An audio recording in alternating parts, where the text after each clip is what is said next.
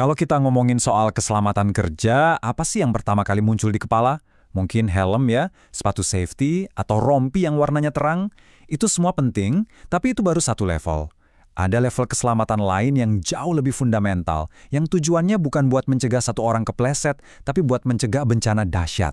Hari ini, kita bakal kupas tuntas apa itu proses safety management atau PSM dan 14 elemen krusial dari standar OSHA yang jadi tulang punggung pencegahan bencana industri di seluruh dunia. Oke, sebelum kita mulai, ini dia gambaran apa aja yang bakal kita bahas. Kita akan mulai dari sebuah cerita nyata yang tragis, biar kita paham separah apa risikonya. Terus kita bedah apa itu sebenarnya proses safety. Lalu kita dalami 14 elemen kunci dari standar OSHA, dan kita tutup dengan konsep penting tentang gimana semua itu bekerja sebagai sebuah sistem. Biar kita benar-benar merasakan kenapa PSM ini penting banget, kita nggak usah lihat jauh-jauh ke masa lalu, kita mundur sedikit aja ke sebuah hari yang kelam di tahun 2022. Ini pemandangan di Pelabuhan Aqabah, Yordania. Kelihatannya hari biasa aja ya, ada aktivitas rutin, lagi proses muat tangki-tangki kimia berbahaya ke sebuah kapal. Tapi, di hari itu, sesuatu yang fatal banget terjadi. Dan dalam sekejap, 13 nyawa hilang. Bayangin awan gas beracun berwarna kuning tiba-tiba menyelimati area pelabuhan. Mereka yang ada di dekat situ nggak punya kesempatan untuk menghindar. Dan ceritanya nggak berhenti di situ. Lebih dari 250 orang lainnya luka-luka karena terpapar gas klorin yang sangat korosif. Ini bukan insiden kecil, ini bencana skala besar. Nah, ini yang bikin merinding. Penyebabnya apa coba? Bukan ledakan reaktor atau kesalahan sistem yang super rumit. Pemicunya cuma kegagalan di alat pengangkat. Satu kabel baja putus, tangki seberat 25 ton itu jatuh, pecah, dan isinya tumpah.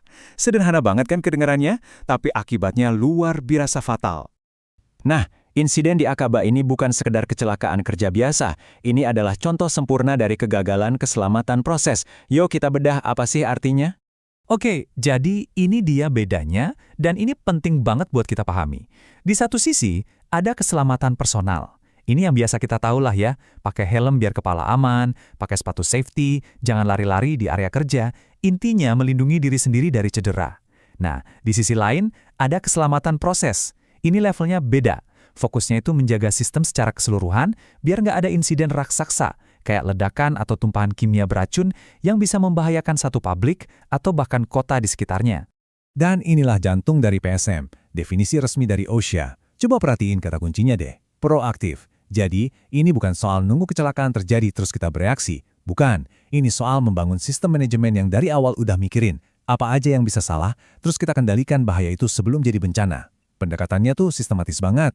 Terus, gimana caranya menerapkan pendekatan sistematis ini? Untungnya, kita nggak perlu mulai dari nol. Udah ada kerangka kerja yang teruji dan dipakai di seluruh dunia. Sebenarnya ada beberapa standar PSM di dunia ya. Ada dari CCPS, ada juga dari Eropa. Tapi yang bisa dibilang jadi standar emasnya, yang paling banyak diadopsi di berbagai industri, itu adalah standar dari OSHA, Badan Keselamatan Kerja dari Amerika. Nah, standar inilah yang isinya ada 14 elemen kunci yang bakal kita kupas satu-satu. Oke, sekarang kita masuk ke dagingnya nih, ke-14 elemen yang jadi pondasi dari setiap program PSM yang kuat dan efektif, dimanapun itu. Biar gampang ngertinya, 14 elemen ini bisa kita kelompokkan jadi 4 pilar fundamental.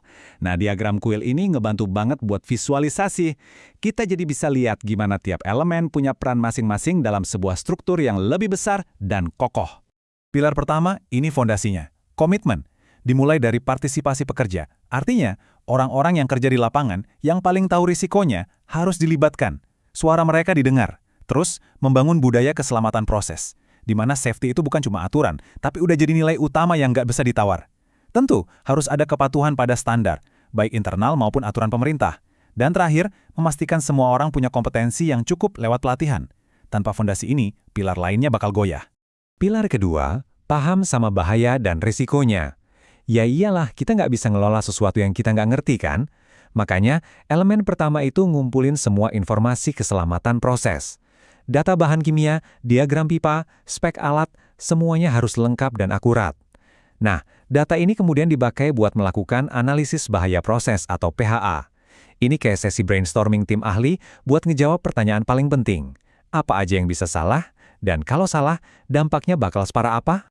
Lanjut ke pilar ketiga, ini yang paling besar dan paling sibuk, mengelola risiko. Disinilah teori jadi aksi. Ada prosedur operasi yang super jelas untuk tiap tahapan. Ada praktik kerja aman, kayak sistem izin kerja buat aktivitas berisiko tinggi. Terus yang penting banget ada integritas mechanical. Ini program buat merawat dan ngecek peralatan biar nggak gagal kayak kabel di Akaba tadi. Ini juga soal mengatur kontraktor, ngecek ulang semua sistem sebelum pra-startup, dan yang paling krusial, manajemen perubahan. Jadi, setiap ada modifikasi sekecil apapun, risikonya harus dianalisis dulu, jangan asal ganti. Dan pilar terakhir ini, menutup siklusnya, belajar dari pengalaman. Sistem yang bagus itu nggak kaku, dia terus belajar. Caranya? Lewat investigasi insiden yang benar-benar nyari akar masalah, bukan nyari kambing hitam. Terus pakai pengukuran dan metrik buat memantau performa. Lakukan audit rutin buat ngecek ada celah di mana. Dan akhirnya, ada tinjauan manajemen buat memastikan sistem PSM ini secara keseluruhan masih relevan dan terus jadi lebih baik. Nah, sekarang penting banget nih buat dipahami. 14 elemen ini bukan cuma checklist yang tinggal dicentang satu-satu. Bukan, mereka ini saling terkait dan bekerja sama untuk menciptakan sesuatu yang jauh lebih kuat. Dan buat ngebayangin gimana mereka kerja bareng, ada satu model visual yang keren banget. Namanya pertahanan berlapis, atau yang lebih populer, model keju Swiss. Coba bayangin deh, setiap elemen PSM yang tadi kita bahas, prosedur, inspeksi, training, itu ibarat satu lembar keju. Setiap lembar keju kan, pasti ada bolong-bolongnya. Nggak ada satupun sistem pertahanan di dunia ini yang sempurna. Nah, bencana kayak di Akaba itu terjadi, pas lubang-lubang di beberapa lembar keju ini secara nggak sengaja sejajar. Mungkin kabelnya nggak diinspeksi, itu lubang di lapisan integritas mekanikal. Prosedur angkatnya lemah, lubang di lapisan prosedur operasi. Mungkin juga nggak ada yang berani lapor, lubang di lapisan partisipasi pekerja. Pas semua lubang itu lurus, bahaya bisa lolos dan terjadilah insiden. Ini nunjukin kenapa kita butuh banyak lapisan, bukan cuma satu.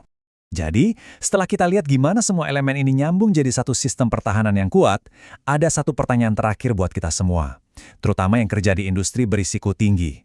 Coba deh renungkan, sistem keselamatan di tempat kerja Anda itu cuma sekedar daftar periksa atau benar-benar sudah jadi sebuah sistem pertahanan yang berlapis? Coba dipikirin.